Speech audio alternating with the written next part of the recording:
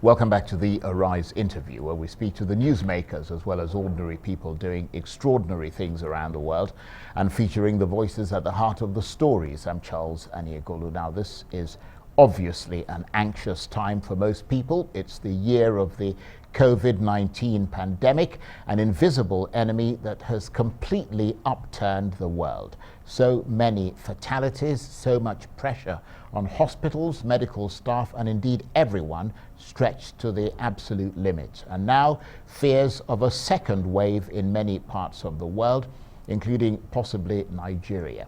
Now, imagine if on top of all that, you now have the added anxiety of actually catching the disease.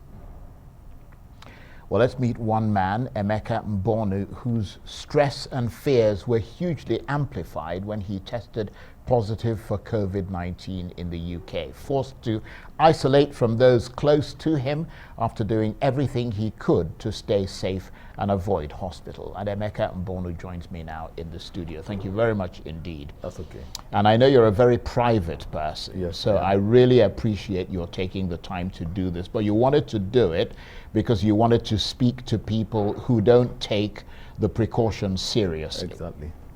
So let's start by getting a sense of how this came to you. I mean, describe for us the moment your test came through and you discovered that you were positive. Okay, what happened? Actually, I was supposed to come back to the UK a week before. I was getting ready. You've been come back to Nigeria? So I come back to Nigeria a week before. I was getting ready. And then 3 days before, I noticed I actually started coughing at night. And I remember my wife saying, wow, you're coughing as if you had a coronavirus. And how long ago was this? And this was about on September 24th. Right. Yeah. And when she said it, I said, nah, it's nothing like coronavirus. It's maybe because the weather was kind of changing. All right. It was getting slightly colder. Right. So I thought it was the changing weather. I said, okay, no, won't be any problems anyway. Then, because I was coming back to Nigeria on I think it was on the 29th or 30th of September, I had to do the test because Nigeria wants that you do a test 72 hours before you get into the country. So when I took that test, the last thing I expected was to see positive. I had to look at it twice to actually believe it. So that put paid to my So the positive result came to you via the internet, did it? I had to go and do the test, and then when you do the test in one of those test centers, right? They comes back to you. Comes back to you via email and also via a text message. Right. So what did they say to you after you? They just said, I'm sorry to tell you that you're tested positive, and not to worry, but this happens to so many other people, but this is what you have to do. I have to come back to them. They will get back to me actually and tell me, find out from me the people that I associated with, and then tell us how to contact tracing, kind of contact tracing, and tell those people to actually isolate themselves. And they had to isolate for about 14 days. And because I already had it, I had to isolate for 10 days.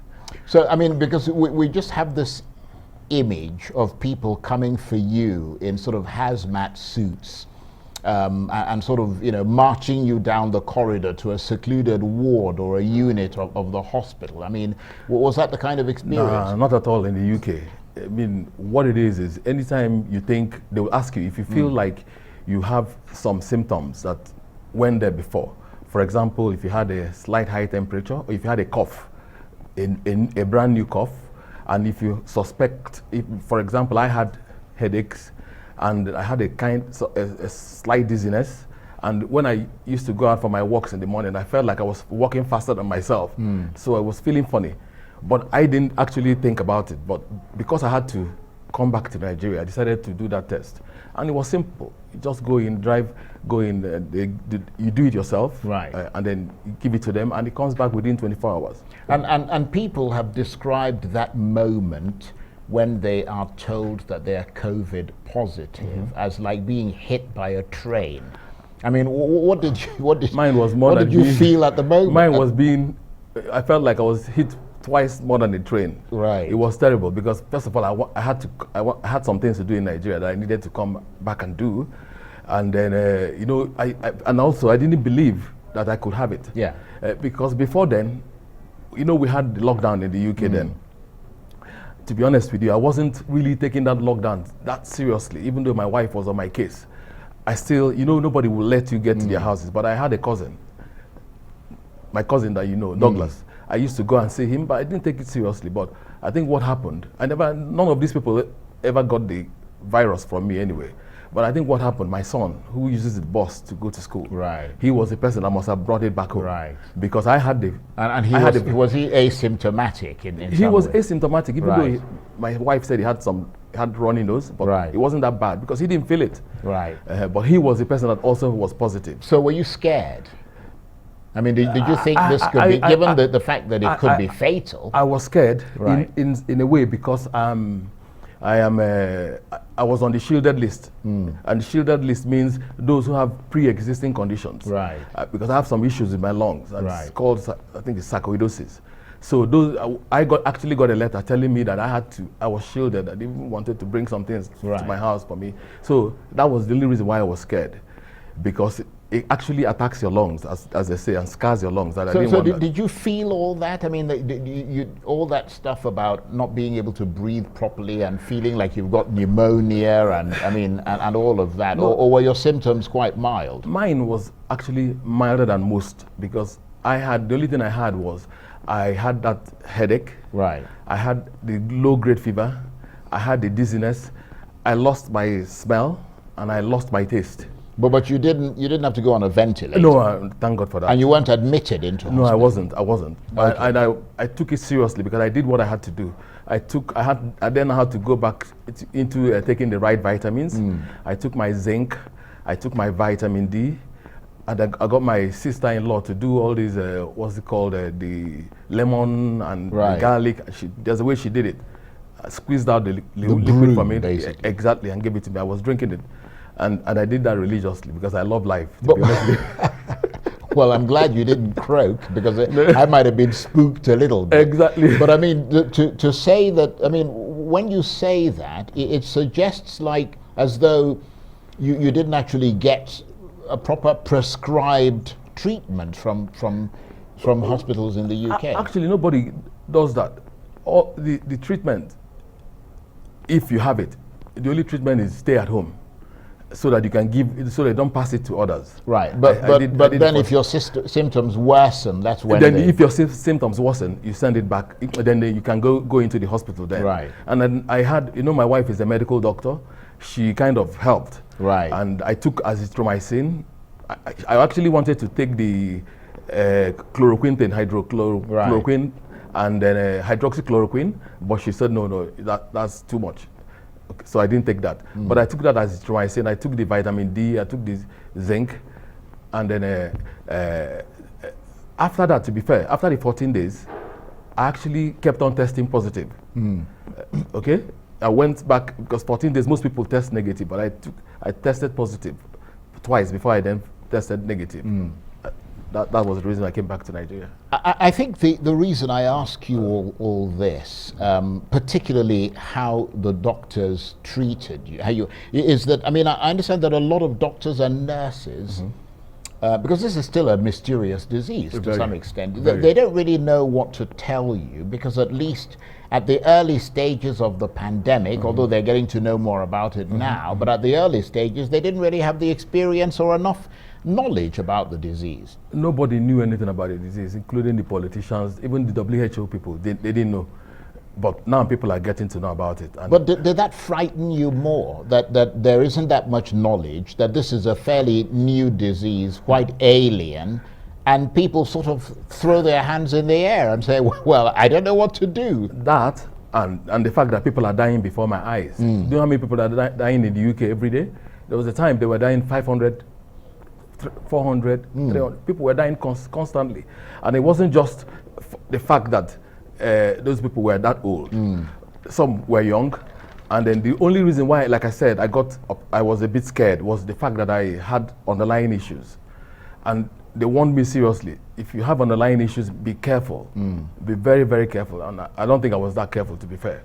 But do you think, I mean, because it sounds very loose, the way they deal with this, which is clearly a major health crisis in the UK. Yes. I mean, did you feel that you should have got more care from the British government? I mean, from the British sort of medical system? Well, I think they did their best because they found out that the way to deal with it was that lockdown, which kind of helped. And there's advice for you to, if you needed advice, and which was to do all those vitamin Ds and zinc that I took. And then they also said, after 2 weeks, if it's still bad and you can't breathe, just like they did with Boris Johnson, then you come into the hospital. Right. And we followed that. And the big challenge for you, which made this really rather more problematic, was the fact that after those 2 weeks, you went back to get another test and you were still positive. I was still positive. And you were still positive for quite some time afterwards. Exactly, because that's what they said, that they were surprised that I was actually taking those tests. But I was taking them because I was anxious. And they were saying to me that it sometimes happens. Actually, I had a case of some 2 kids are still in Italy. They keep testing positive. But that doesn't mean they are contagious. Yeah. Or that doesn't mean that they have the virus. And that doesn't mean that they were experiencing the symptoms No, still. they were no longer experiencing the symptoms. Right. Just like the only one I'm experiencing right now, and as I speak with you, is the loss of smell. And my wife explained to me that it can take about 6-7 months or even up to a year for you to regrow those cells that enable you to smell properly. But you subsequently tested negative. Yeah, I mean, that's the only way you were able to return to Nigeria. There is no way you will return to Nigeria if you don't test negative, because the Nigerian government actually requires that, as opposed to the UK. The UK is, if I were to go back to the UK now, all I need to do is come in but do my 2-week, 14-day isolation. Right. And that's it. And in fact, nobody's going to really monitor you. No, but which is probably why it's all over the place. No. They actually, I mean, they don't have the resources to monitor everybody. Yeah. But you could be one of those ones they may just check upon, because they've checked upon some people and got them, and they paid a £10,000 fine. Well, that's a lot of money. It's not little money. Now, so now you've entered the history books, let me put it that way, as a COVID warrior. Oh, exactly. And a COVID survivor.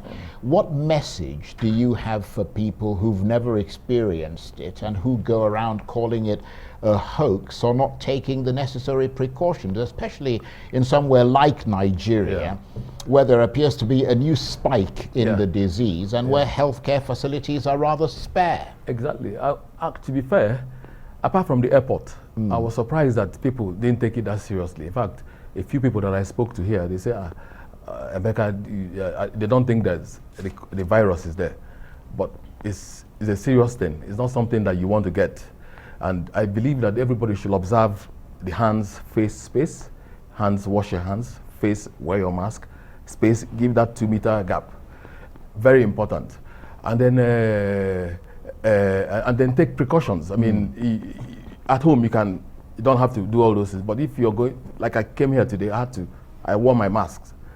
Okay? Well, I actually noticed the first time I saw you when you got back to Nigeria. I mean, everyone else was sitting around having a drink, and you were heavily masked up. Exactly, because you don't want to take those chances. Yeah. Because, I mean, you could be one of those that you don't know what you have underlying in your body, and you could be one of those that become a statistic.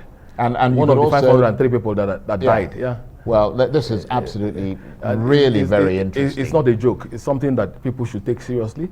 But to be fair, I've been impressed with the fact, one thing that the Nigerian government got right was this idea of making sure people take that test outside the country. Right, before they come in. Okay. It's so important. Emeka, I want to thank you very much indeed for sharing this with us. It means a lot. So thank you ever so much.